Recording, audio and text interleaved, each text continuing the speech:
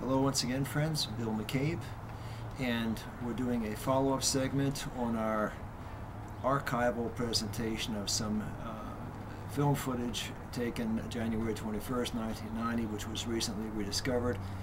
And our choice is basically, do we throw the stuff away or ignore it, or just share it with our friends, which all of you are. And this second clip represents myself and my good friend, Master Don Wazaleski. And we're, in the course of the second section, we're developing a further understanding of the basic moves using a short stick, and then learning how to target those techniques in self-defense response to an incoming attack. Hope you enjoy this. See you down the road. Okay, so the next point, you have to group your knowledge or group the techniques that you're learning into workable patterns so that you can practice them. And our concept here is we break them down into striking patterns, breaking patterns, and throwing patterns. And we'll practice them against an opponent who is originally stationary. Then we'll go against an opponent who is throwing a punch, and then we'll go against an opponent who is throwing kicks, and then we'll go against an opponent who is using a weapon attack. Now, you'll understand this more clearly in just a second as we demonstrate. Will the demonstrator come out, please?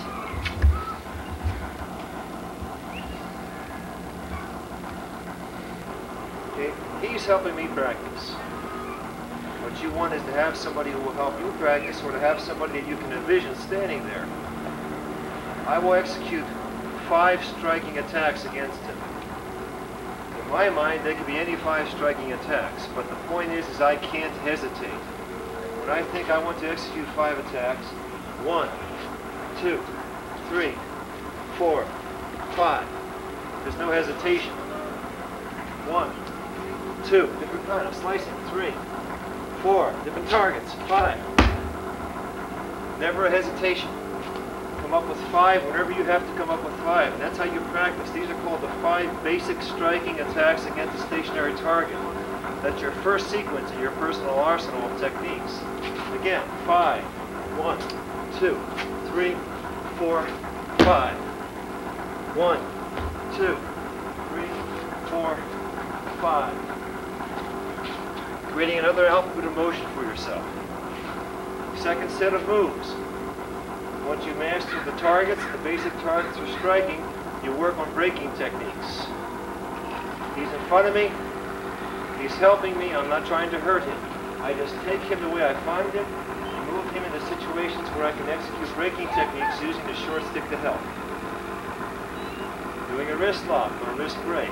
Raising the short stick across his knuckles for leverage, or using it to dig into pressure points, or using it to snare his elbow, executing a break, or using it to snare across the elbow at the top, once again executing a break, or using it to lock his wrist, executing a break.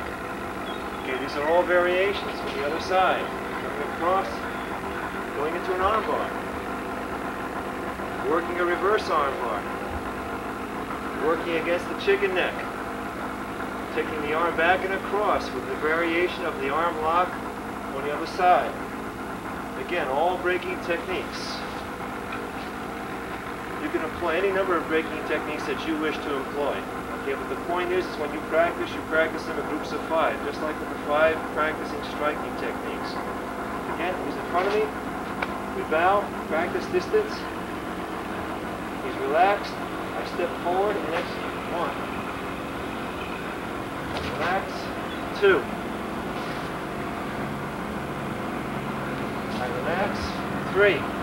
Reverse hand and down. I relax. Reverse hand opposite side and down. Arm bar. 1 or 2 other ones, just so you'll know that they're there. Triceps bar. Over the top and under. I'll do it opposite side so you can see it. Through, over, and under. Triceps bar. Okay, other breaking techniques you might want to experiment with. Not really breaking techniques per se, but leg bars, lifting an opponent, taking him down to the ground. Going in on an opponent, over the top, breaking into the neck, working pressure points. These are variations that you can experiment with, but the basic ones are the locks, just as we talked about, the twist, throws, still braking techniques, the arm bars, the reverse elbow locks, coming across, taking in the back. Okay, the next sequence. The opponent is still stationary and in place. The next sequence, or the throwing sequence, or is the throwing sequence. And what you're going to do here is use the stick to set up some throws or takedowns. Okay, again, he's stationary. Simplest one. I grab, bow and arrow. I take the top part of his body in one direction, and the bottom part in the opposite direction. At the calf, and I lift. I use the stick to check my opponent, just to hold him in place. I come in, grab, one direction, and second direction. Take him down. Same move, variation. Coming around, underneath. I'm going to snare him at his calf. Taking him down. See how that works. Third, and perhaps most simple, just going in, taking him down into his throat. I like to go into his nose and roll it down. Take him down. Fourth variation, same move, on his toes. You keep his feet in place as you push him down. And down he goes. Another variation, you're inside your opponent. Check his lower back with your rear hand and push from in front. Take him down. Into his head. Take him down. Into the pressure points. Take him down. Okay, all subtle variations. But it could be more complex than that. It's really up to you and how you want to execute. For example, you can do the standard throws that you're normally used to doing if you practice throws. You can do the hip throws, using a stick to assist. You use the stick to lock in the pressure points, into the neck. That helps set up your opponent, break his concentration for the throw, which is to follow. Same thing. Shoulder throw, using the stick, locking him up, breaking his concentration, setting him up for the throw. Hip throw, same concept. You come around, again, to the kidneys, or to the hip, setting up the throw. I think you get the point. There are many throws that you can execute, there are many arm breaks that you can execute, and there are many strikes that you can execute. You have about 35 to 45 techniques that you've seen just now.